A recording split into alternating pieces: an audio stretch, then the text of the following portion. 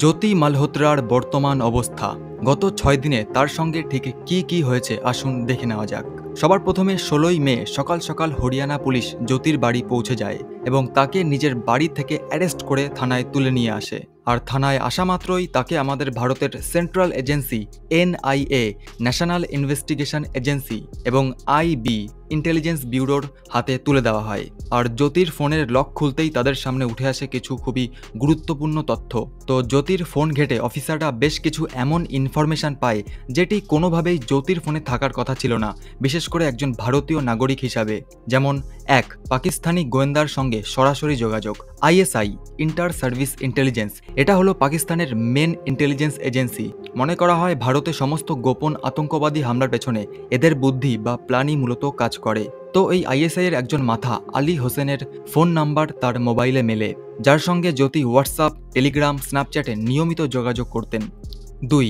আর্থিক লেনদেনের মিল নেই। ইউটিউব থেকে জ্যোতির যা আয় তার থেকে ব্যয়ের পরিমাণ অনেক বেশি। তার বিভিন্ন ব্যাংক অ্যাকাউন্ট থেকে গোপন আর্থিক লেনদেন সন্দেহ করা হয়েছে।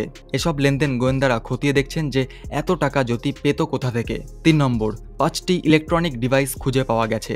জ্যোতি মালহোত্রা ও তার সহযোগী হরকিরাত সিং এর কাছ থেকে মোবাইল ফোন, ল্যাপটপ সহ মোট 5টি ডিভাইস জব্দ করা হয়েছে। এগুলো ফরেন্সিক টেস্টের জন্য পাঠানো হয়েছে।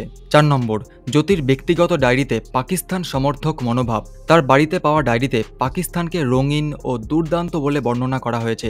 কিন্তু এখন প্রশ্ন হলো, এরপর জ্যোতির সাথে ঠিক কি হবে? জ্যোতি মালহোত্রা যদি সত্যিই একজন দেশদ্রোহী প্রমাণিত হয়, তাহলে তার সঙ্গে ঠিক কি করা হবে? তো তদন্ত এখনও চলছে। ওই 5টি ডিভাইসের সমস্ত কল রেকর্ড ও আর্থিক লেনদেনের তথ্য বার করা চলছে। এতে যদি NIA আর IBর সমস্ত সন্দেহ সত্যি প্রমাণিত হয়, তাহলে কি হতে পারে একবার দেখুন। ভারতীয় আইন অনুযায়ী সবার প্রথমে দেশদ্রোহিতা IPC ধারা 124A অনুযায়ী আজীবন কারাদণ্ড বা 10 বছর পর্যন্ত জেল এবং জরিমানা হতে পারে। ২. গোপন তথ্য পাচারের অভিযোগে অফিসিয়াল সিক্রেট অ্যাক্ট 1923 অনুযায়ী রাষ্ট্রীয় গোপন তথ্য শত্রু দেশের কাছে পৌঁছে দেওয়ার দায়ে 3 বছর থেকে আজীবন কারাদণ্ড হতে পারে। ৩. UAPA unlawful activities prevention act অনুযায়ী যদি প্রমাণ হয় তিনি সন্ত্রাসবাদের সঙ্গে যুক্ত, তার শাস্তি আরও কড়া। যদি আপনি এখন জানতে চান যে এর আগে যারা এমন ভারতীয় দেশদ্রোহী এবং আমাদের দেশের খুবই গোপন তথ্য শত্রু দেশের হাতে তুলে দিয়েছে, তাদের সাজা ঠিক কি হয়েছে, তবে দেখুন। এর আগে নিশান্ত আগরওয়াল 2024 সালে ধরা পড়ে। পেশা ব্রহ্মোস যে মিসাইল, সেই অ্যারোস্পেসের প্রাক্তন ইঞ্জিনিয়ার। অভিযোগ, পাকিস্তানের ISI এর কাছে ব্রহ্মোস মিসাইল সম্বন্ধে গোপন তথ্য ফাঁস করত। শাস্তি হয়েছে আজীবন কারাদণ্ড এবং 14 বছরের কঠোর কারাদণ্ড ও 3000 টাকা জরিমানা। দ্বিতীয় জন সৌরভ শর্মা 2024 সালেই ধরা পড়ে। পেশা ভারতীয় সেনাবাহিনীর প্রাক্তন সিগন্যালম্যান। ভাবতে পারছেন অভিযোগ কি ছিল? সেম, পাকিস্তানের ISI এর কাছে সেনাবাহিনীর গোপন তথ্য সরবরাহ করত। শাস্তি কি হয়েছে?